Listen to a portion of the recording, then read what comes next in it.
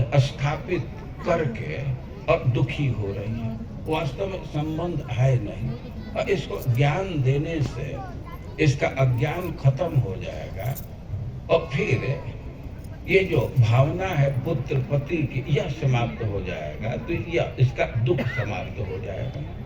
तो वे देह और आत्मा का ज्ञान दे रहे हैं, अदिति सुन रही है, लेकिन अब कश्यप जी अनुभव कर रहे हैं कि कितना हूं मैं ज्ञान दे रहा हूं, तो इसका सुख तो कम नहीं हो रहा, इसका दुख तो कम नहीं हो रहा।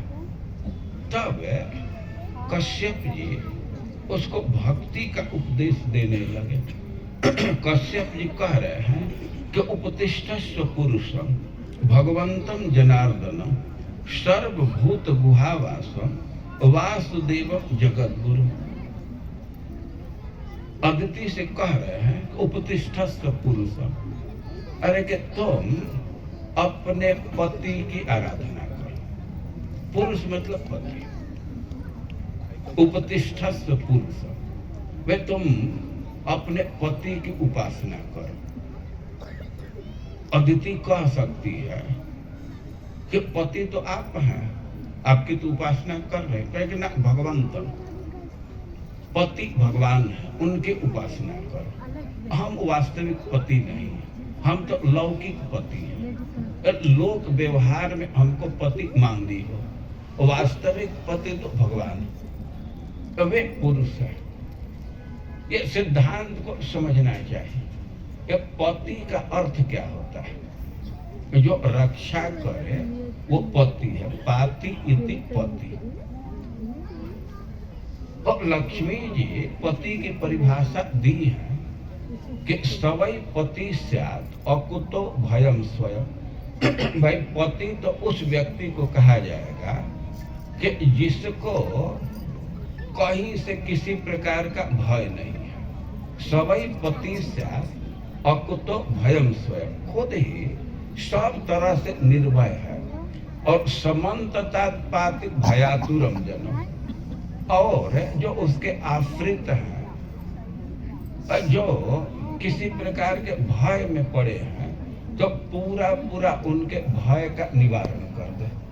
और पति उस व्यक्ति को कहा जाएगा जिसको अपने कुछ भय नहीं है और अपने आश्रितों के भय को भी दूर कर दे, तो उसको पति कहा जाएगा।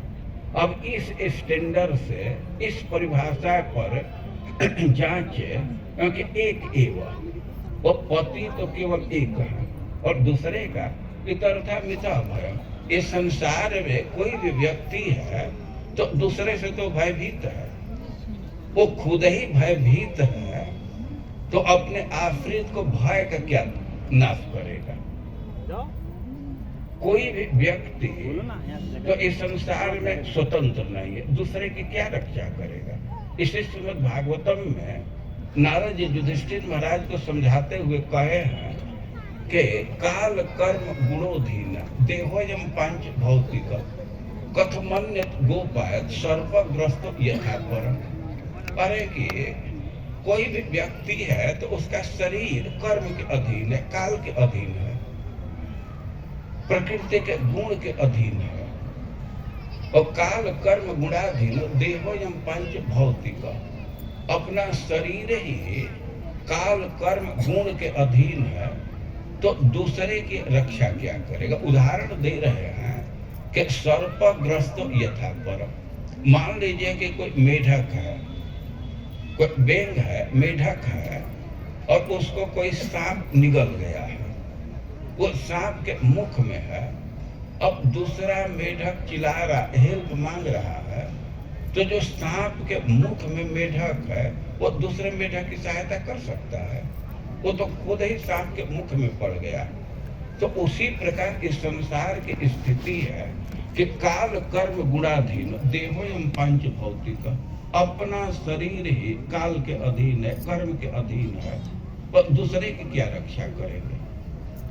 और यहाँ किसी की क्षमता नहीं है कि दूसरे की रक्षा कर। तो लक्ष्मी जी कह रही हैं कि जो पति का परिभाषा है तो उसके अनुसार तो केवल आप पति हैं, एक व्यक्ति पति है, दूसरे को तो यहाँ भय है,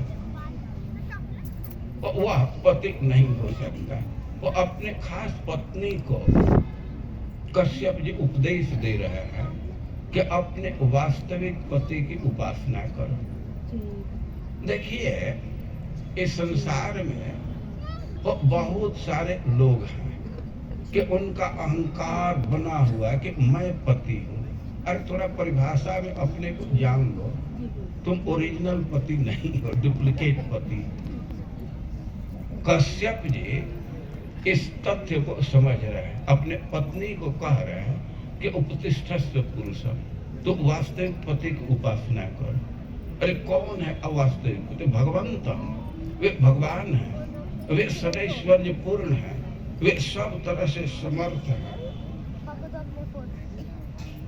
अब अदिति कह सकती है कि भगवान पति सब तरह से समर्थ है, सब कुछ देने में सक्षम है, लेकिन विवाह तो आपके साथ हुआ। किसी स्त्री का विवाह जिस व्यक्ति से हुआ है तो उससे तो कुछ मांग लेती है, उसमें कोई दोष नहीं है, लेकिन दूसरे व्यक्ति से कुछ मांग करने लगे तो उसको बड़ा बुरा माना जाता है। अपने पति से कुछ मांग रही है तो इसमें कोई